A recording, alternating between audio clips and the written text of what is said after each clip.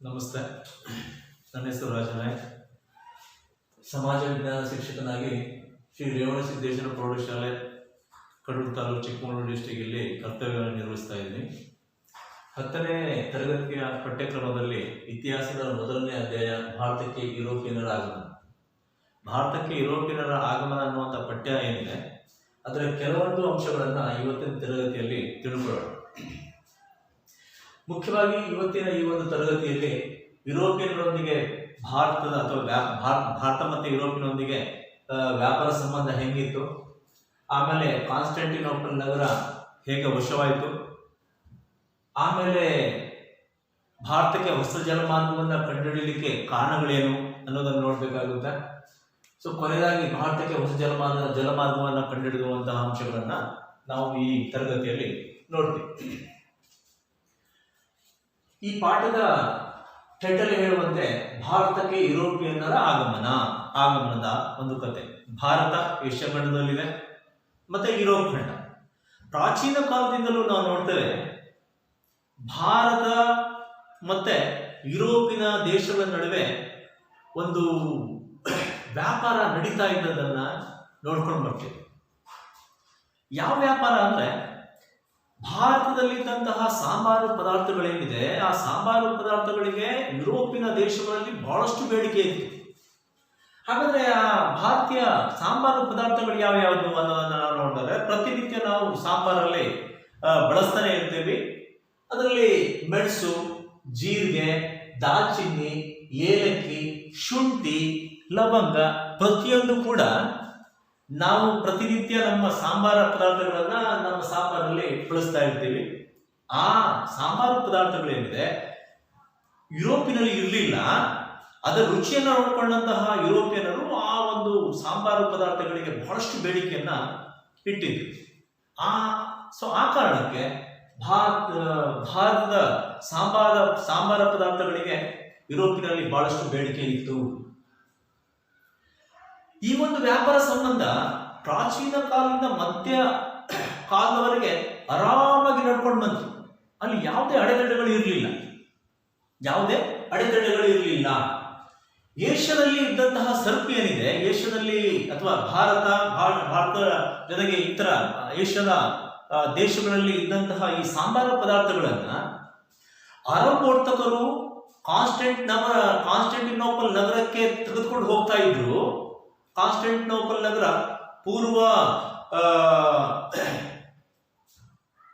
Constantinople ಏನಿದೆ ಆ ಪೂರ್ವ ರೋಮನ್ನ ರಾಜಧಾನಿ. ಆ ಕಾನ್ಸ್ಟಂಟಿನೋಪಲ್ ನಗರ ಏನಿದೆ ಆ ನಗರ ಯುರೋಪ್ ಮತ್ತೆ ಭಾರತ ದೇಶದ ನಡುವಿನ ಒಂದು ವ್ಯಾಪಾರ ಕೇಂದ್ರ ಆಗಿತ್ತು.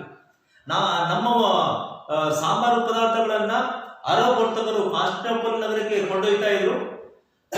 ಯುರೋಪಿನ ವರ್ತಕರು ಆ ಸಾಂಬಾರು ಪದಾರ್ಥಗಳನ್ನ ಕಾನ್ಸ್ಟಂಟಿನೋಪಲ್ ಇಂದ ತೆಗೆದುಕೊಂಡು ಹೋಗಿ ಯುರೋಪ್ ಅಲ್ಲಿ ಮಾರ್ತಾ ಇದ್ರು. ಹೀಗೆ ವ್ಯಾಪಾರ ನಡೀತಾ ಇತ್ತು. ಸೊ ಇದರಿಂದ ಅರಬ್ ವರ್ತಕರು ಬಹಳಷ್ಟು ಲಾಭವನ್ನು ಗಳಿಸ್ತಾ ಇದ್ರು. ಅರಬ್ ವರ್ತಕರಾಗ್ಲಿ ಅಥವಾ ಯುರೋಪಿಯನ್ ವರ್ತಕರಾಗ್ಲಿ ಬಹಳಷ್ಟು ವ್ಯಾಪಾರದಲ್ಲಿ ಲಾಭವನ್ನು ಗಳಿಸ್ತಾ ಇದ್ರು. ಅಥವಾ ಯುರೋಪಿಯನ್ಗಂತೂ ತುಂಬಾ ಈ ಒಂದು ವ್ಯಾಪಾರ ತುಂಬಾ ಲಾಭದಾಯಕವಾಗಿದೆ. ಕಾನ್ಸ್ಟಂಟಿನೋಪಲ್ ನಗರ ಅಂತಾರಾಷ್ಟ್ರೀಯ ವಸ್ತು ಅಥವಾ ಸರಕು ವಿನಿಮಯ ಕೇಂದ್ರ ಅಂತ ಆಗ್ಲೇ ಕಲ್ಸ್ಕೊಂಡಿತ್ತು. ಯಾಕಂದ್ರೆ ದೇಶಗಳ ಮಧ್ಯೆ ಸರಕುಗಳು ವಿನಿಮಯ ಆಗ್ತಾ ಇರುವಂತಹ ಒಂದು ಕೇಂದ್ರ ಆಗಿ ಮಾರ್ಪಟ್ಟಿದ್ದೇ ಕಾನ್ಸ್ಟಂಟಿನೋಪಲ್. ಮಧ್ಯಕಾಲ ತನಕನೂ ಒಂದು ವ್ಯಾಪಾರ ವಿನಿಮಯ ಕೇಂದ್ರವಾಗಿಯೇ ಅದು ಉಳ್ಕೊಂಡಿತ್ತು. ಅದನ್ನ ಯುರೋಪಿನ ವ್ಯಾಪಾರದ ಹೆಬ್ಬಾಗಿಲು ಅಂತ ಸಹ ಕರೀತಾ ಇದ್ರು.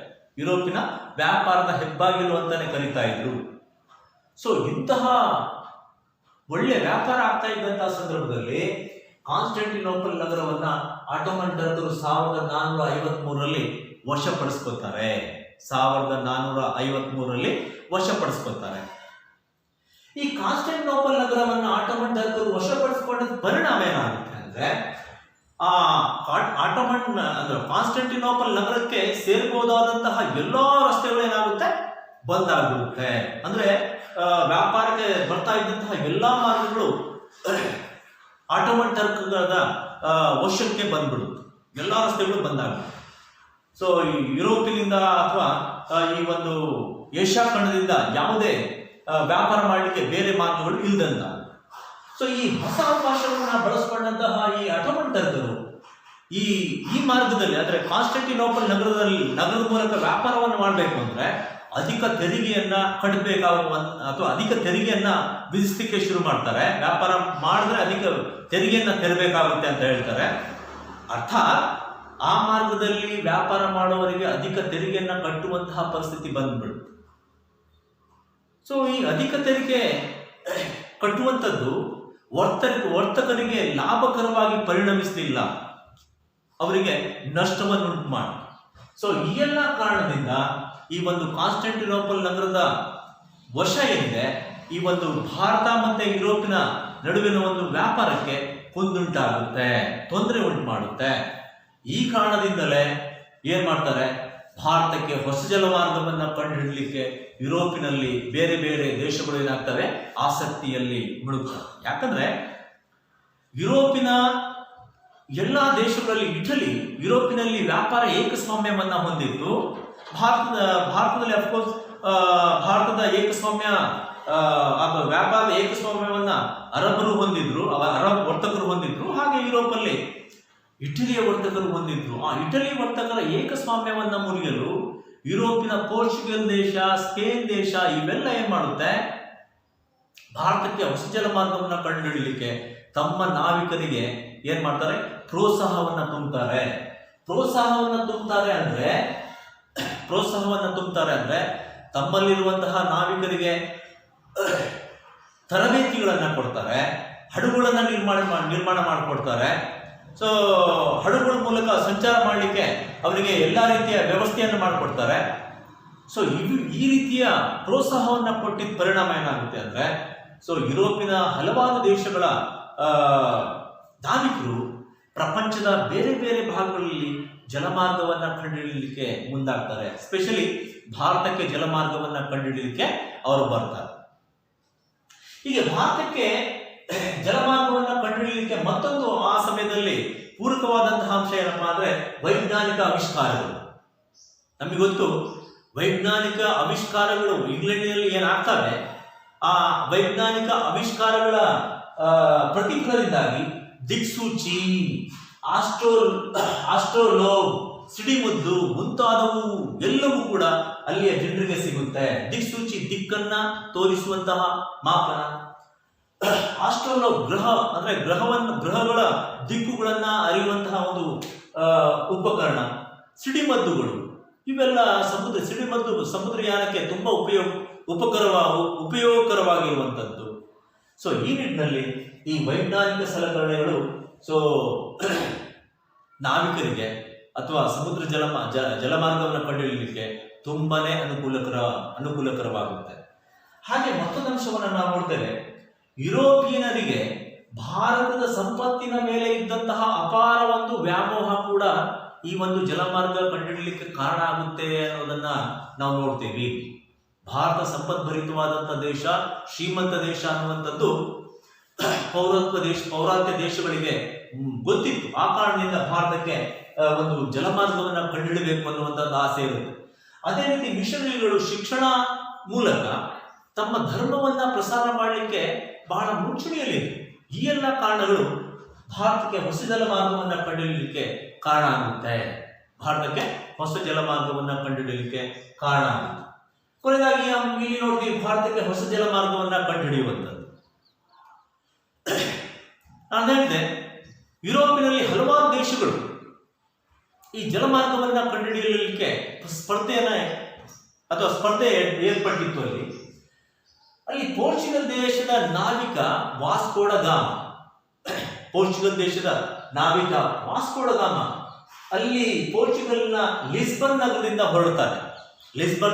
ಹೊರಟು ಸಮುದ್ರಯಾನವನ್ನ ಮಾಡಿಕೊಂಡು 1498ನೇ ಇಸ್ವಿಯಲ್ಲಿ, ಸಾಮಾನ್ಯ ಶಕ 1498, ಪಶ್ಚಿಮ ಕರಾವಳಿ ಕಲ್ಲಿಕೋಟೆ ಸಮೀಪ ಇರುವಂತಹ ಕಾಪಾಡ್ ಅನ್ನುವಂತಹ ಸ್ಥಳಕ್ಕೆ ಬಂದು ತಲುಪ್ತಾನೆ.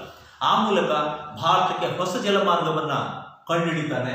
ಸೊ ಕಲ್ಲಿಕೋಟೆಯ ರಾಜನನ್ನ ಭೇಟಿಯಾಗ್ತಾನೆ, ವ್ಯಾಪಾರದ ಮಾತುಕತೆಯನ್ನ ಆಡ್ತಾನೆ.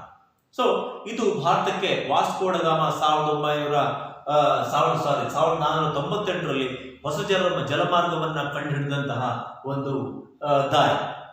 ಆನಂತರದಲ್ಲಿ ನಾವು ನೋಡ್ತೇವೆ ಈ ಒಂದು ಪೋರ್ಚುಗೀಸರು ಈ ಒಂದು ಭಾರತಕ್ಕೆ ಜಲಮಾರ್ಗವನ್ನ ಕಂಡುಹಿಡಿದಂತಹ ಮೊದಲಿಗರಾಗಿ ಗುರುತಿಸ್ಕೊಳ್ತಾರೆ. ಆಮೇಲೆ ಬೇರೆ ಬೇರೆ ಯುರೋಪಿಯನ್ನರು ಭಾರತಕ್ಕೆ ಬರ್ತಾರೆ. ಸೊ ವ್ಯಾಪಾರವನ್ನ ಮಾಡೋದನ್ನ ನಾವು ನೋಡ್ತೀವಿ.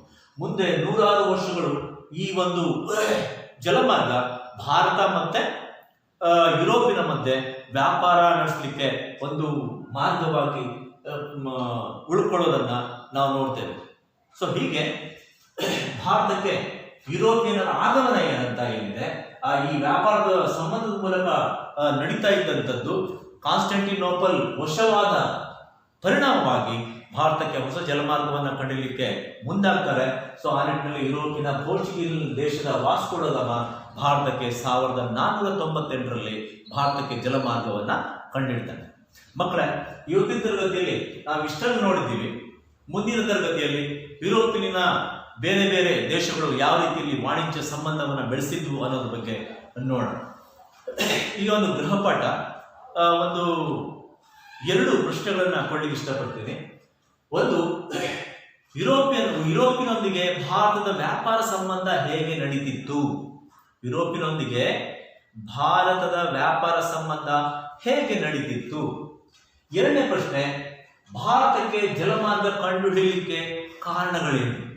ಭಾರತಕ್ಕೆ ಹೊಸ ಜಲಮಾರ್ಗ ಕಂಡುಹಿಡಿಯಲು ಕಾರಣಗಳೇನು? ಸೊ ಈ ಗೃಹಪಾಠವನ್ನ ಮಾಡ್ಕೊಂಡು ಬನ್ನಿ. 1ನೇ ಭಾರತ ಮತ್ತೆ ಯುರೋಪ್ ದೇಶದ ನಡುವಿನ ಒಂದು ವ್ಯಾಪಾರ ನಡೀತಾ ಇತ್ತು, ಪ್ರಾಚೀನ ಕಾಲದಿಂದ ನಡೀತಾ ಇತ್ತು. ಸೊ ಈ ಟರ್ಕರು ಏನು ಕಾನ್ಸ್ಟಂಟಿನೋಪಲ್ ನಗರವನ್ನ ವಶಪಡಿಸಿಕೊಂಡ್ರು, ಅದರ ಪರಿಣಾಮ ಈ ಯುರೋಪಿಯನ್ ದೇಶಗಳು ಮತ್ತೆ ಭಾರತ ಅಥವಾ ಏಷ್ಯಾ ಖಂಡದ ದೇಶಗಳ ನಡುವಿನ ಒಂದು ವ್ಯಾಪಾರ ಸಂಪರ್ಕ ಕಡಿದೋಗುತ್ತೆ. ಸೊ ಹಾಗಾಗಿ ಯುರೋಪಿಯನ್ ದೇಶಗಳ ರಾಜರುಗಳು ತಮ್ಮ ನಾವಿಕರಿಗೆ ಹೊಸ ಜಲಮಾರ್ಗವನ್ನ ಕಂಡುಹಿಡಿಯಲಿಕ್ಕೆ ಪ್ರೋತ್ಸಾಹವನ್ನ ಕೊಡ್ತಾರೆ. ಸ್ಪೇನ್, ಪೋರ್ಚುಗಲ್ ದೇಶದ ನಾವಿಕರು ಭಾರತಕ್ಕೆ ಜಲಮಾರ್ಗವನ್ನ ಕಂಡುಹಿಡಿಯುವ ಅಂತಹ ಒಂದು ಸ್ಪರ್ಧೆಯನ್ನು ತೊಡಗುತ್ತಾರೆ. ಕೊನೆಗೆ ಪೋರ್ಚುಗೀಸ್ ನಾವಿಕ ವಾಸ್ಕೋ ಡ ಗಾಮ 1498ರಲ್ಲಿ ಭಾರತಕ್ಕೆ ಜಲಮಾರ್ಗವನ್ನ ಕಂಡುಹಿಡಿಯುತ್ತಾರೆ. ಇಷ್ಟು ಅರ್ಥ ಆಗಿದೆ ಅಲ್ವಾ? ಅರ್ಥ ಆಗಿದೆ ಅನ್ಕೊಂಡಿದ್ದೀವಿ ಮಕ್ಕಳೇ. ಇದ್ರ ಮೇಲೆ ಅತಿ ಮುಖ್ಯವಾದಂತಹ ಕೆಲವು ಪ್ರಶ್ನೆಗಳು ಬರುತ್ತೆ ಪರೀಕ್ಷೆಗೆ. 2 ಅಂಕಕ್ಕೆ ಕೇಳುವಂತಹ ಅತಿ ಮುಖ್ಯವಾದಂತಹ ಪ್ರಶ್ನೆ ಏನಪ್ಪ ಅಂದ್ರೆ, ಭಾರತಕ್ಕೆ ಜಲಮಾರ್ಗ ಕಂಡುಹಿಡಿಯಲು ಕಾರಣವೇನು?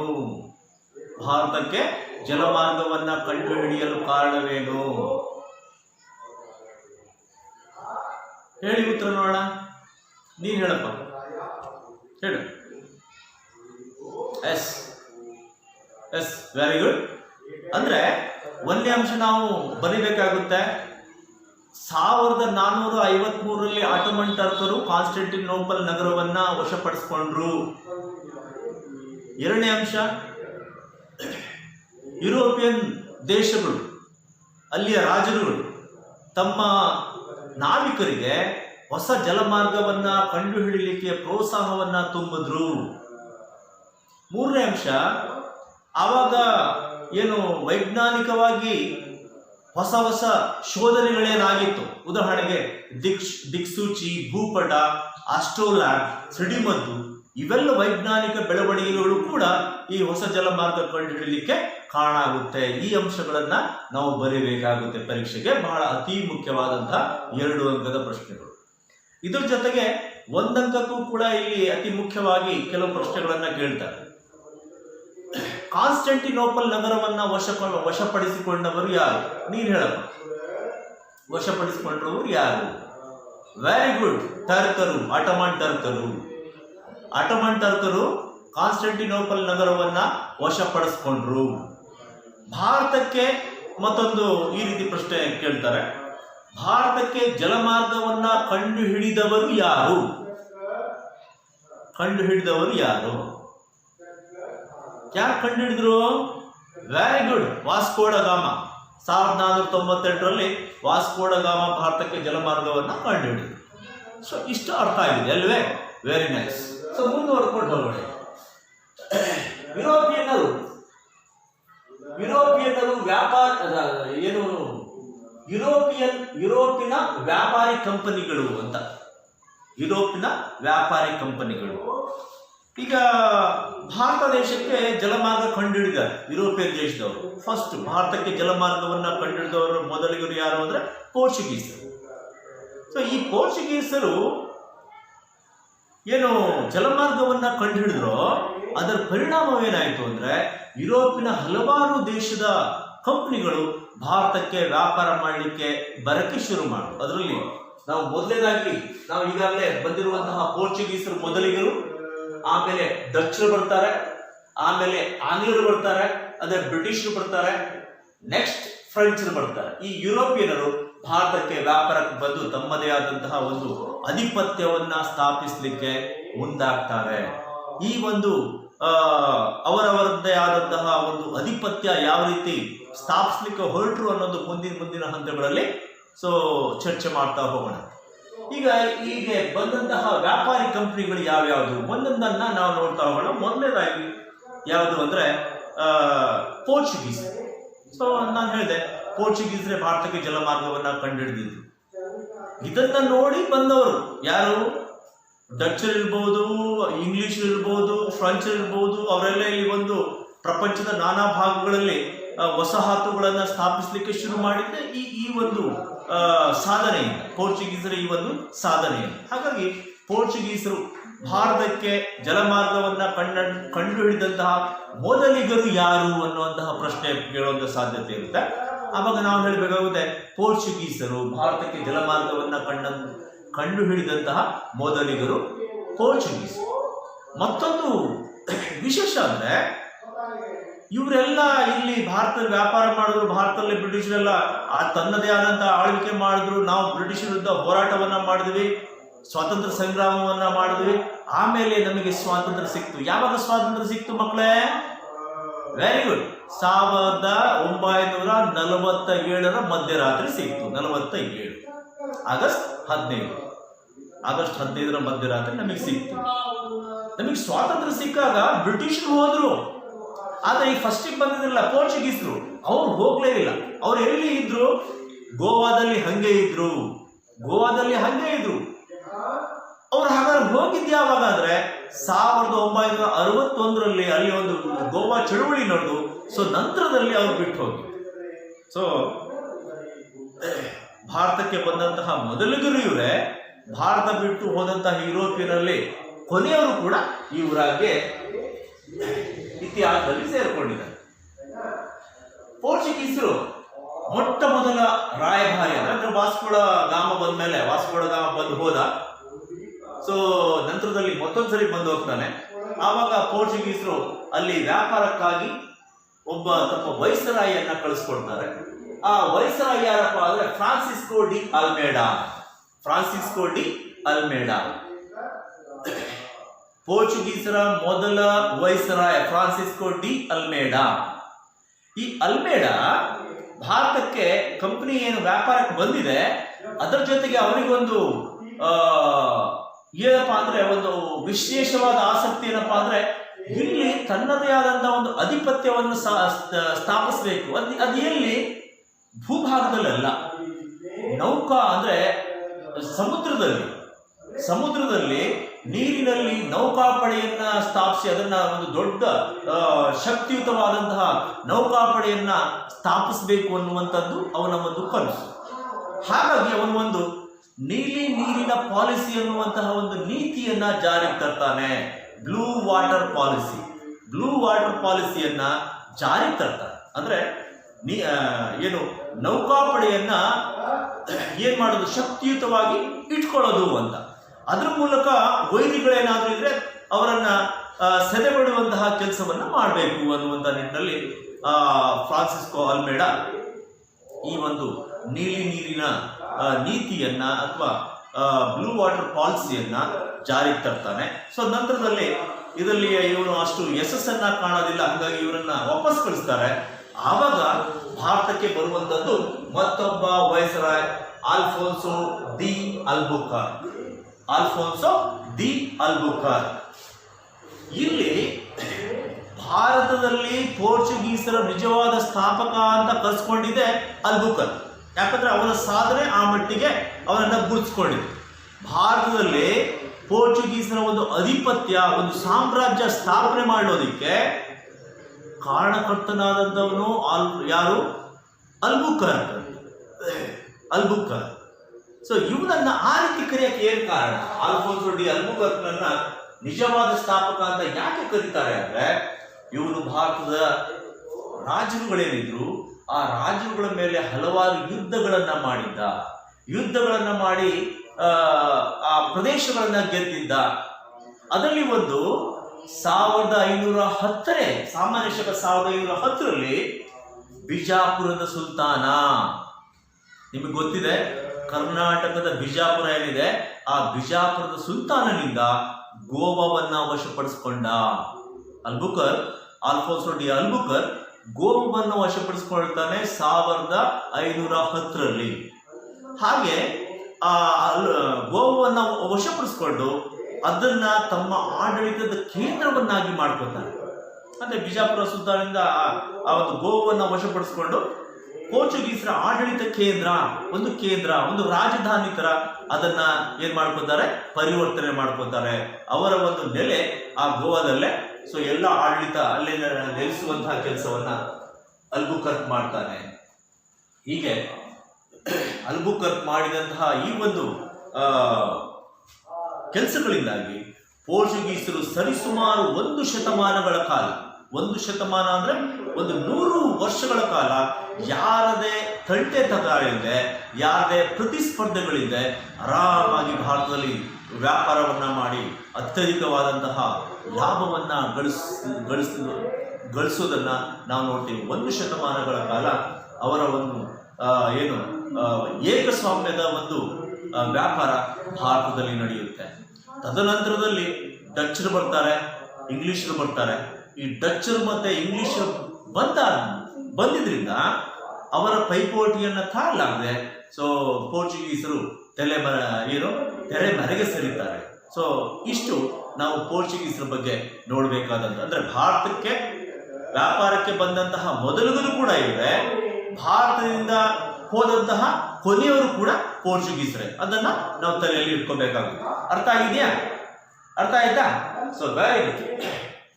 ಸೊ ಇವಾಗ ನಾವು ನೋಡೋಣ, ಭಾರತಕ್ಕೆ ಬಂದಂತಹ 2ನೇ ಯುರೋಪಿಯನ್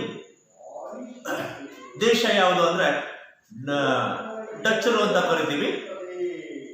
ನೆದರ್ಲ್ಯಾಂಡ್, ಹಾಲ್ಯಾಂಡ್ ಅಥವಾ ನೆದರ್ಲ್ಯಾಂಡ್. ಹಾಲ್ಯಾಂಡ್ ಅಂತಾನು ಕರೀತಾರೆ, ನೆದರ್ಲ್ಯಾಂಡ್ ಅಂತಾನು ಕರೀತಾರೆ. ಇವರನ್ನ ನಾವು ಡಚ್ಚರು ಅಂತ ಕರಿತೀವಿ. ಡಚ್ಚರು ಕೆಂಪು ಜನ ಡಚ್ಚರು. ಸೊ ಇವರು ಭಾರತಕ್ಕೆ ವ್ಯಾಪಾರಕ್ಕಾಗಿ ಬರ್ತಾರೆ. ಭಾರತವನ್ನು ಮಾತ್ರ ದೃಷ್ಟಿ ಇಟ್ಕೊಂಡು ಬರಲಿಲ್ಲ. ಪೂರ್ವ ದೇಶಗಳಲ್ಲಿ ಇರುವಂತಹ ಸಾಂಬಾರ ಪದಾರ್ಥಗಳು ಹೇರಳವಾಗಿ ಸಿಗುವಂತಹ ದ್ವೀಪಗಳೇನಿದೆ, ಆ ದ್ವೀಪಗಳನ್ನ ಗುರಿಯಾಗಿಟ್ಕೊಂಡು ವ್ಯಾಪಾರಕ್ಕೆ ಬರ್ತಾರೆ. ಸೊ ಆ ನಿಟ್ಟಲ್ಲಿ ಭಾರತ, ಜಾವಾ, ಇಂಡೋನೇಷ್ಯಾ, ಸುಮಾತ್ರ ಈ ಸಾಂಬಾರ ಪದಾರ್ಥ ಅತ್ಯಧಿಕವಾಗಿ ಬೆಳೆಯುವಂತಹ ದ್ವೀಪಗಳೇನಿದೆ ಅಲ್ಲಿ ತಮ್ಮ ವ್ಯಾಪಾರವನ್ನ ಮಾಡುವಂತ ಕೆಲಸವನ್ನ ಪ್ರಾರಂಭಿಸ್ತಾರೆ. ಅಲ್ಲಿ ಅವರು ಹೆಚ್ಚಿನ ಕಾನ್ಸಂಟ್ರೇಷನ್ ಅನ್ನ ಮಾಡ್ತಾರೆ. ಸೊ ಆ ನಿಟ್ಟಿನಲ್ಲಿ ಭಾರತದಲ್ಲಿ ನೋಡೋದಾದ್ರೆ ಸೂರತ್, ಬ್ರೋಚ್, ಕ್ಯಾಂಬೆ, ಕೊಚ್ಚಿನ್, ನಾಗಪಟ್ಟಣ, ಮಚಿಲಿಪಟ್ಟಣ ಈ ಭಾಗದಲ್ಲಿ ಅವರ ವ್ಯಾಪಾರ ಕೇಂದ್ರಗಳು ಅಥವಾ ವ್ಯಾಪಾರ ಕೇಂದ್ರಗಳನ್ನ ಸ್ಥಾಪಿಸಿಕೊಂಡು ಭಾರತದಲ್ಲಿ ವ್ಯಾಪಾರವನ್ನ ಮಾಡೋದಕ್ಕೆ ಶುರು ಮಾಡಿದ್ರು. ಬ್ರೋಚ್, ಸೂರತ್, ಕ್ಯಾಂಬೆ, ಕೊಚ್ಚಿ, ನಾಗಪಟ್ಟಣ ಮತ್ತೆ ಮಚಿಲಿಪಟ್ಟಣ. ಸೊ ಇಲ್ಲಿ ಡಚ್ಚರು ಭಾರತದ ವ್ಯಾಪಾರ ಕೇಂದ್ರಗಳಾಗಿವೆ. ಅದ್ಬಿಟ್ರೆ ನಾನು ಹೇಳಿದೆ, ಜಾವಾ, ಸುಮಾತ್ರ, ಇಂಡೋನೇಷ್ಯಾ ದ್ವೀಪಗಳು ಅವರಿಗೆ ಅತಿ ಹೆಚ್ಚು ಸಾಂಬಾರ ಪದಾರ್ಥಗಳು ಇದ್ದಂತಹ ಕಡೆ ಅವರ ಒಂದು ಏನಿತ್ತು ಗಮನ ಜಾಸ್ತಿ ಆಯಿತು. ಈ ಸಂದರ್ಭದಲ್ಲಿ ಭಾರತದಲ್ಲಿ ಬ್ರಿಟಿಷರು ಮತ್ತೆ ಫ್ರೆಂಚರ ನಡುವೆ ನೇರವಾದ ಸ್ಪರ್ಧೆ, ಪೈಪೋಟಿ ನಡೀತಾ ಇತ್ತು. ಇದನ್ನ ಎದುರಿಸಲಿಕ್ಕೆ ಅವರಿಗೆ ಆಗೋದಿಲ್ಲ. ಯಾರಿಗಾಗೋದಿಲ್ಲ? ಡಚ್ಚರಿಗೆ ಆಗೋದಿಲ್ಲ. ಡಚ್ಚರಿಗೆ ಅದು ಆಗದೆ ಇರೋದ್ರಿಂದ ಅವ್ರು ಏನ್ ಮಾಡ್ತಾರೆ, ಸಾಂಬಾರ ಪದಾರ್ಥಗಳಿದ್ದಂತಹ ದ್ವೀಪಗಳನ್ನೇ ಕೇಂದ್ರವಾಗಿ ಇಟ್ಕೊಂಡು ಆ ಕಡೆ ಹೋಗ್ಬಿಡ್ತಾರೆ. ಭಾರತವನ್ನ ಬಿಟ್ಟು ಜಾವಾ, ಸುಮಾತ್ರ, ಇಂಡೋನೇಷ್ಯಾ ಅನ್ನುವಂತಹ ದ್ವೀಪಗಳ ಕಡೆಗೆ ಅವ್ರು ಹೊರಡ್ತಾರೆ. ಹೀಗೆ ನಾವು ಎರಡನೇ ಅಂಶ ಡಚ್ಚರ ಒಂದು ಇದನ್ನ ನಾವಿಲ್ಲಿ ನೋಡ್ತೀವಿ. ಮೂರನೇದಾಗಿ ನೋಡ್ತೀವಿ ಬ್ರಿಟಿಷರು. ಭಾರತಕ್ಕೆ ಬಂದಂತಹ ಯುರೋಪಿಯನ್ ದೇಶಗಳಲ್ಲಿ ಮೂರನೇದಾಗಿ ಇಂಗ್ಲಿಷರು, ಬ್ರಿಟಿಷರು, ಆಂಗ್ಲರು, ಹಿಂಗೆ ಬೇರೆ ಬೇರೆ ಹೆಸರುಗಳನ್ನ ಕರೀತೀವಿ. ಇಂಗ್ಲೆಂಡ್ ದೇಶ. ಸೊ ಇವರ ಒಂದು ಇತಿಹಾಸ ನೋಡಿದಾಗ ಬ್ರಿಟಿಷರು ಕೇವಲ ವ್ಯಾಪಾರಕ್ಕಾಗಿ ಭಾರತಕ್ಕೆ ಬಂದು ಒಂದು ವ್ಯಾಪಾರಿ ಕಂಪನಿಯನ್ನ ಕಟ್ಕೊಂಡು ಭಾರತಕ್ಕೆ ಬಂದು ತಮ್ಮ ಒಂದು ಬುದ್ಧಿವಂತಿಕೆ ಅಥವಾ ತಮ್ಮಲ್ಲಿರುವಂತಹ ಒಂದು ಒಡೆದು ಆಳುವಂತಹ ನೀತಿ ಇವುಗಳನ್ನೆಲ್ಲ ಬಳಸಿಕೊಂಡು ಇಡೀ ಭಾರತದ ಹಲವಾರು ಕಡೆ ತಮ್ಮದೇ ಆದಂತಹ ಒಂದು ಆಡಳಿತವನ್ನು ಸ್ಥಾಪಿಸಿಕೊಂಡು ಭಾರತವನ್ನ ತಮ್ಮ ಮುಷ್ಟಿಯಲ್ಲಿ ಹಿಡ್ಕೊಂಡು ಭಾರತೀಯರನ್ನೇ ಕಡೆಗಣಿಸಿ ಭಾರತೀಯರಿಗೆ ಸ್ವಾತಂತ್ರ್ಯ ಇಲ್ಲದಂತೆ ಮಾಡಿ ಕೊನೆಗೆ ಭಾರತೀಯರು ಸ್ವಾತಂತ್ರ್ಯಕ್ಕಾಗಿ ಬ್ರಿಟಿಷರ ವಿರುದ್ಧ ಹೋರಾಟಗಳನ್ನ ಮಾಡಿ ಪ್ರಾಣ ತ್ಯಾಗಗಳನ್ನ ಮಾಡಿ ಕೊನೆಗೆ ಸ್ವಾತಂತ್ರ್ಯವನ್ನ ಪಡಿಬೇಕಾದಂತಹ ಪರಿಸ್ಥಿತಿ ಬಂತು. ಆ ಹೋರಾಟಗಳ ಪರಿಣಾಮ, ಸ್ವಾತಂತ್ರ್ಯ ಹೋರಾಟಗಳ ಪರಿಣಾಮ ಭಾರತ ದೇಶಕ್ಕೆ ಬ್ರಿಟಿಷರಿಂದ ಸ್ವಾತಂತ್ರ್ಯ ಸಿಕ್ತು. ಸೊ ವ್ಯಾಪಾರಕ್ಕಾಗಿ ಬಂದಂಥವರು ಇಡೀ ಭಾರತವನ್ನ ತಮ್ಮದೇ ಆದಂತಹ ಕಾನೂನನ್ನ ಇಟ್ಕೊಂಡು ಆಳಿ ಭಾರತೀಯರನ್ನ ತುಚ್ಛವಾಗಿ ನೋಡಿ, ಗುಲಾಮರಂತೆ ನೋಡಿ, ನಂತರದಲ್ಲಿ ಅವರ ವಿರುದ್ಧ ನಾವು ಭಾರತೀಯರೆಲ್ಲ ಪ್ರಾಣ ತ್ಯಾಗ ಮಾಡೋದ್ರ ಮೂಲಕ ಹೋರಾಟಗಳನ್ನು ಮಾಡಿ ಸ್ವಾತಂತ್ರ್ಯ ಪಡೆಯುವಂತಹ ಪರಿಸ್ಥಿತಿಗೆ ಬಂದ್ವಿ. ಆ ಮಟ್ಟಿಗೆ ಬ್ರಿಟಿಷರು ವ್ಯಾಪಾರಕ್ಕಾಗಿ ಬಂದಂಥವರು ಈ ಮಟ್ಟಿನ ಒಂದು ವಸಾಹತು, ಈ ಮಟ್ಟಿನ ಒಂದು ಕೆಲಸವನ್ನ ಮಾಡಬಹುದು. ಈ ಮಟ್ಟಿನ ಒಂದು ಕೆಲಸವನ್ನ ಮಾಡೋದು ಅದು ಸರಿ ಇರಲಿ, ಅದೆಲ್ಲ ಮುಂದೆ ಬರ್ತಾ ಹೋಗುತ್ತೆ, ಆಮೇಲೆ ನೋಡ್ತಾ ಹೋಗುತ್ತೆ. ಬ್ರಿಟಿಷರ ಒಂದು ವಿಷಯವನ್ನ ನಾವು ನೋಡ್ತಾ ಹೋದಾಗ ಬ್ರಿಟಿಷರು 1600 ಸಾಮಾನ್ಯ ಶಕ 1600ರಲ್ಲಿ ಇಂಗ್ಲೆಂಡಿನ ರಾಣಿ ಎಲಿಜಬೆತ್ ಅವರ ಒಂದು ಪರವಾನಗಿಯನ್ನ ಪಡ್ಕೋತಾರೆ. ಈಸ್ಟ್ ಇಂಡಿಯಾ ಕಂಪನಿ ಅನ್ನುವಂತಹ ವ್ಯಾಪಾರಿ ಕಂಪನಿಯನ್ನ ಇಟ್ಕೊಂಡು ಈಸ್ಟ್ ಇಂಡಿಯಾ ಕಂಪನಿ ಅನ್ನುವಂತಹ ಒಂದು ವ್ಯಾಪಾರ ಮಾಡುವಂತಹ ಒಂದು ಕಂಪನಿಯನ್ನ ಪಡ್ಕೊಂಡು ಎಲಿಜಬೆತ್ ರಾಣಿಯ ಒಂದು ಪರವಾನಗಿಯನ್ನ ಪಡಿತಾರೆ ಸಾಮಾನ್ಯ ಶಕ 1600ರಲ್ಲಿ. ಅವಾಗ ರಾಣಿ ಎಲಿಜಬೆತ್ ಪರವಾನಗಿ ಕೊಡೋದು ಕೇವಲ 15 ವರ್ಷಗಳ ವ್ಯಾಪಾರ ಮಾಡಲಿಕ್ಕೆ ಮಾತ್ರ. 15 ವರ್ಷಗಳ ವ್ಯಾಪಾರ ಮಾಡಕ್ಕೆ ಅನುಮತಿಯನ್ನ ನೀಡ್ತಾಳೆ. ಈ ನಿಟ್ಟಿನಲ್ಲಿ 1600ರಲ್ಲಿ ಸ್ಥಾಪನೆ ಆದಂತಹ ಈಸ್ಟ್ ಇಂಡಿಯಾ ಕಂಪನಿ ನಂತರದಲ್ಲಿ ತನ್ನದೇ ಆದಂತಹ ಕೆಲಸಗಳಲ್ಲಿ ತೊಡಗಿಕೊಳ್ಳೋದನ್ನ ನಾವು ನೋಡ್ತೀವಿ.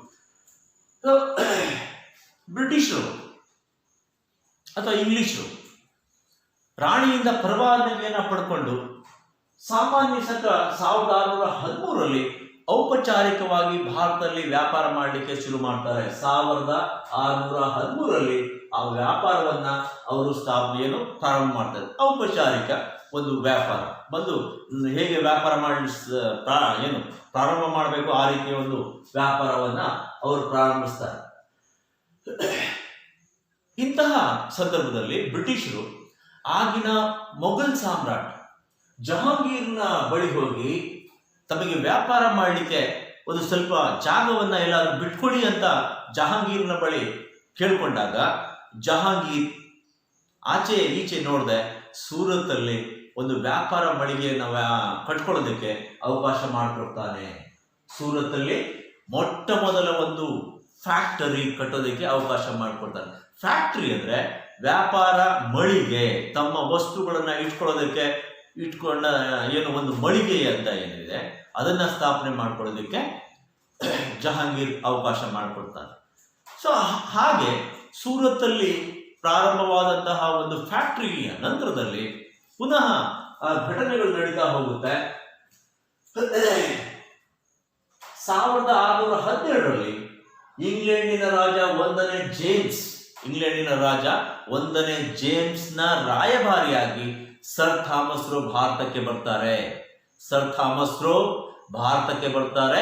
ಒನ್ಸ್ ಅಗೈನ್ ಮೊಘಲ್ ಸಾಮ್ರಾಜ್ಯದ ಚಕ್ರವರ್ತಿ ಜಹಾಂಗೀರ್ ಆಸ್ಥಾನಕ್ಕೆ ಭೇಟಿ ಕೊಡ್ತಾರೆ. ಜಹಾಂಗೀರ್ ಆಸ್ಥಾನಕ್ಕೆ ಭೇಟಿ ಕೊಟ್ಟು ಅವರಲ್ಲಿ ಕೇಳ್ಕೊತಾರೆ, ನಮಗೆ ಭಾರತದಲ್ಲಿ ವ್ಯಾಪಾರ ಮಾಡಲಿಕ್ಕೆ ಜಾಗಗಳನ್ನ ಕೊಡಿ, ಬೇರೆ ಬೇರೆ ಸ್ಥಳಗಳನ್ನ ಕೊಡಿ ಅಂತ ಕೇಳ್ಕೊಂಡಾಗ ಜಹಾಂಗೀರ್ ಅವರು ವ್ಯಾಪಾರ ಮಾಡಲಿಕ್ಕೆ ಹಲವಾರು ಕೇಂದ್ರಗಳನ್ನ ಬಿಟ್ಕೊಡ್ತಾರೆ.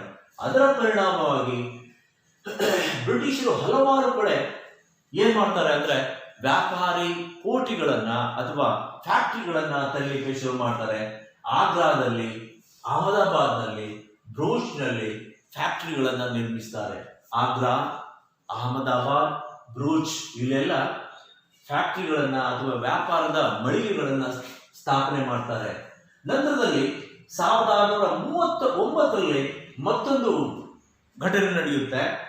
ಬ್ರಿಟಿಷರು ಚಂದ್ರಗಿರಿಯ ಒಬ್ಬ ರಾಜ, ಚಂದ್ರಗಿರಿ ರಾಜ್ಯದ ರಾಜನಿಂದ ಯಾವುದನ್ನ ಅಥವಾ ರಾಜನಿಂದ ಮದ್ರಾಸ್ ಏನಿದೆ ಆ ಮದ್ರಾಸಲ್ಲಿ ಸ್ವಲ್ಪ ಭೂಮಿಯನ್ನ ಪಡ್ಕೋತಾರೆ. ಸ್ವಲ್ಪ ಭೂಮಿಯನ್ನ ಚಂದ್ರಗಿರಿ ರಾಜನಿಂದ ಪಡ್ಕೋತಾರೆ.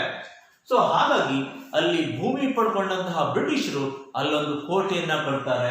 ಆ ಕೋಟೆ ಹೆಸರು Saint George fort. Saint George fort. Fort ಅಂದ್ರೆ ಏನು ಗೊತ್ತಾಗುತ್ತೆ ಅಲ್ವಾ? ಫೋರ್ಟ್ ಫೋರ್ಟ್ ಫೋರ್ಟ್ ಅಂದ್ರೆ ಕೋಟೆ. ಸೊ ಒಂದು ಭದ್ರವಾದ ಬಲಿಷ್ಠವಾದ ಒಂದು ಕೋಟೆಯನ್ನ ನಿರ್ಮಿಸ್ತಾರೆ. ಎಲ್ಲಿ? ಮದ್ರಾಸಲ್ಲಿ. ಮದ್ರಾಸಲ್ಲಿ ಸೆಂಟ್ ಜಾರ್ಜ್ ಫೋರ್ಟ್ ಅನ್ನುವಂತಹ ಒಂದು ಕೋಟೆಯನ್ನ ಸ್ಥಾಪನೆ ಮಾಡ್ತಾರೆ.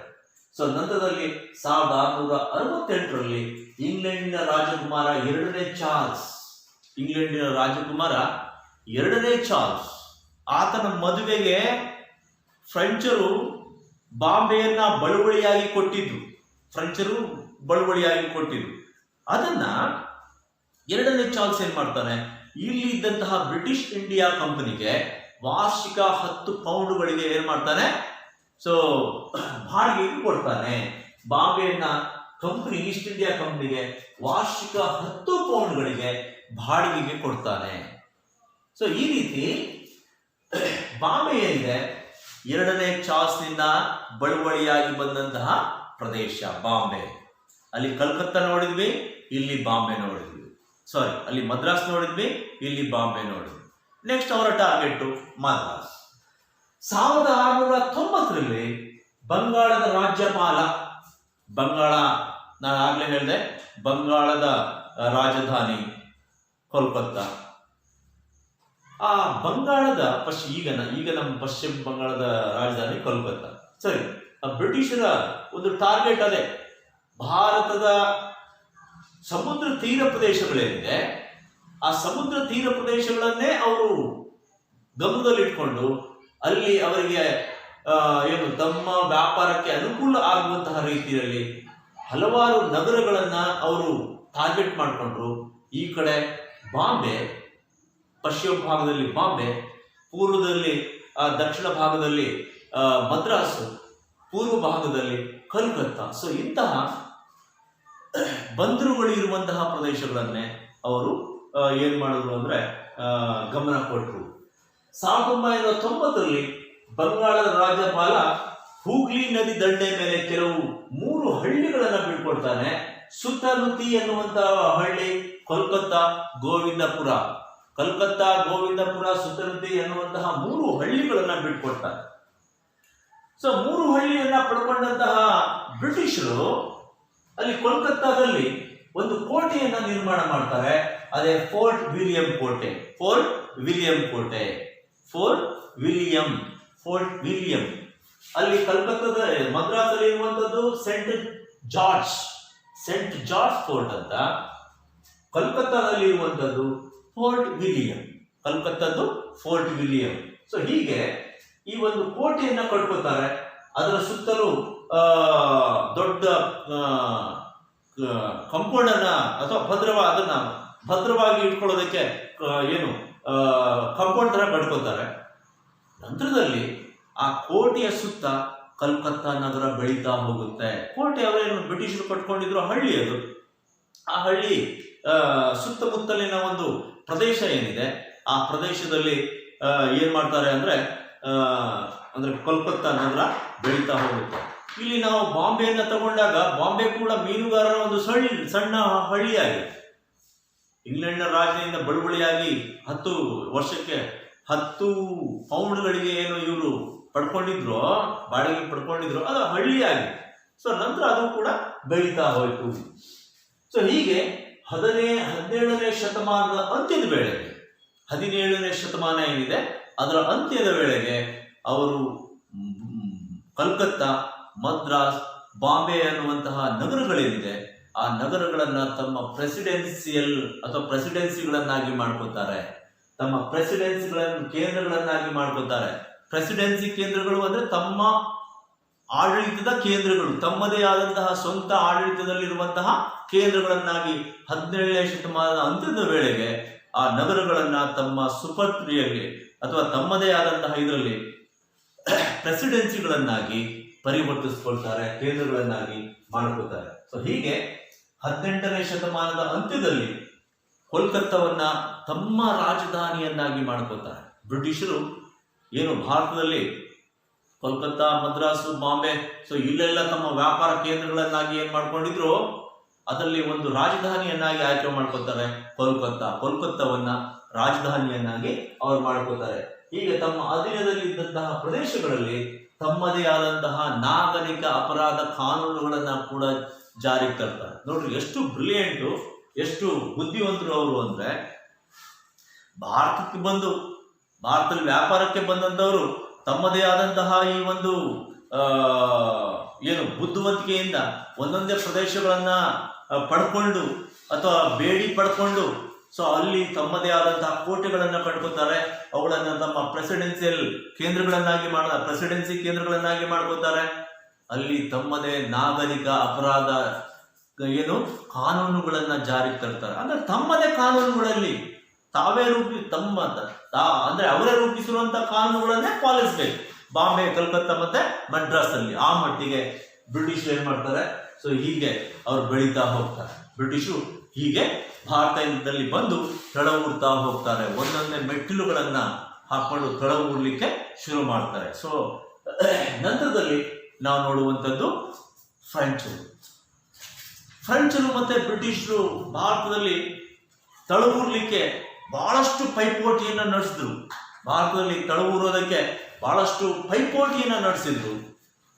ಅದರಲ್ಲಿ ಅವರ ಒಂದು ಪೈಪೋಟಿ ಏನಿದೆ, ಆ ಪೈಪೋಟಿ ನಂತರದ ಕರ್ನಾಟಕ ಯುದ್ಧಗಳು ಅಂತ ಬರುತ್ತೆ, ಪ್ಲಾಸ್ಟಿಕ್ ಕದನ, ಬಾಕ್ಸರ್ ಕದನ ಅಂತ ಬರುತ್ತೆ.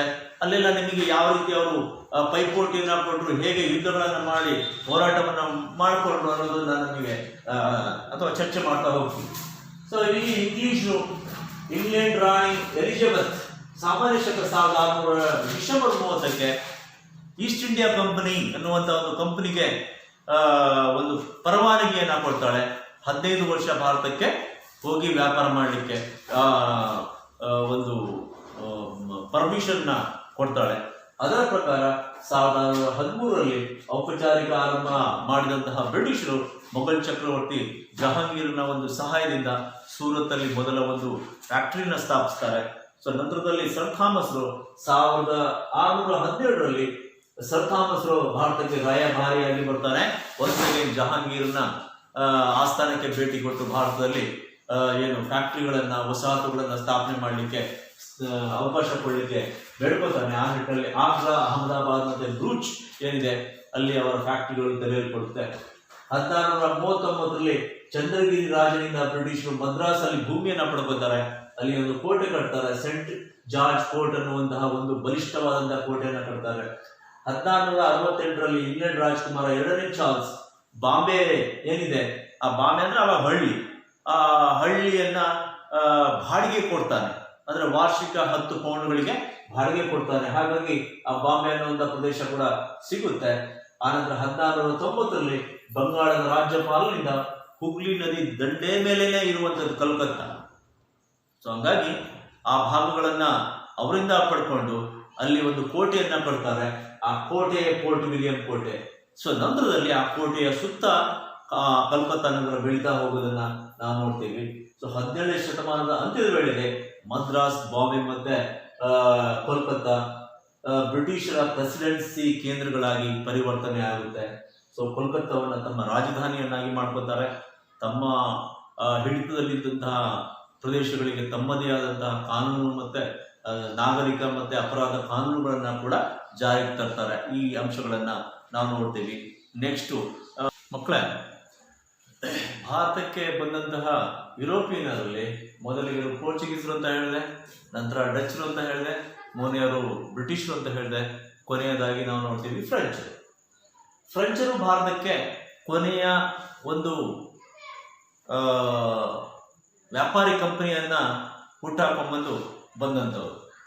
ಸೊ ಫ್ರೆಂಚರ ಬಗ್ಗೆ ಹೇಳಿದಾದ್ರೆ, ಸಾಮಾನ್ಯ ಶಕ 1664ರಲ್ಲಿ ಫ್ರೆಂಚ್ ಈಸ್ಟ್ ಇಂಡಿಯಾ ಅನ್ನುವಂತಹ ಒಂದು ಕಂಪನಿ, ಅದು ಕೂಡ ಸರ್ಕಾರಿ ಕಂಪನಿಯನ್ನ ಸ್ಥಾಪಿಸಿಕೊಂಡು ಭಾರತಕ್ಕೆ ವ್ಯಾಪಾರಕ್ಕೆ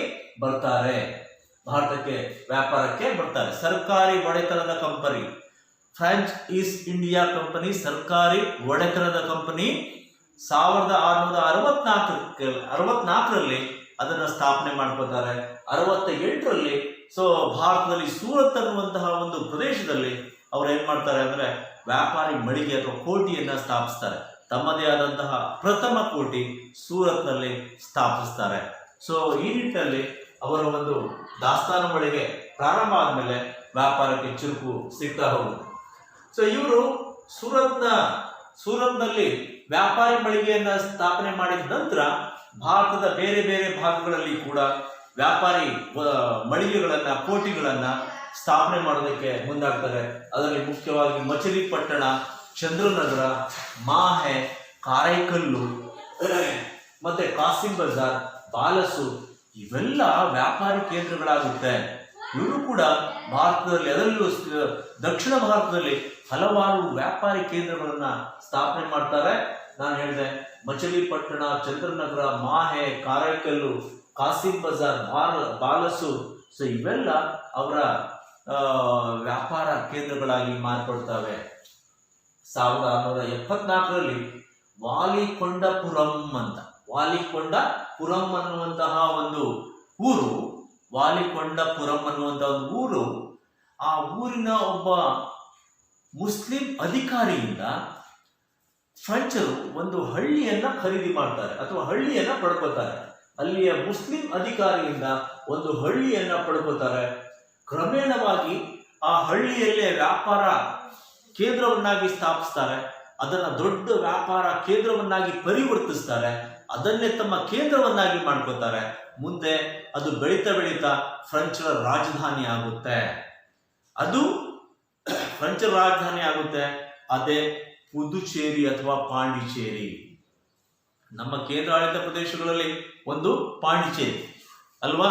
ಸೊ ಈ ಪಾಂಡಿಚೇರಿ ಒಂದು ಹಳ್ಳಿಯನ್ನ ಇವರು ಫ್ರೆಂಚರು ಪಡ್ಕೊಂಡು ಅದನ್ನ ತಮ್ಮ ವ್ಯಾಪಾರಿ ಕೇಂದ್ರವನ್ನಾಗಿ ಮಾಡಿಕೊಂಡು ಬೆಳೆಸ್ತಾ ತಮ್ಮ ರಾಜಧಾನಿಯನ್ನಾಗಿ ಮಾಡಿಕೊಂಡ್ರು.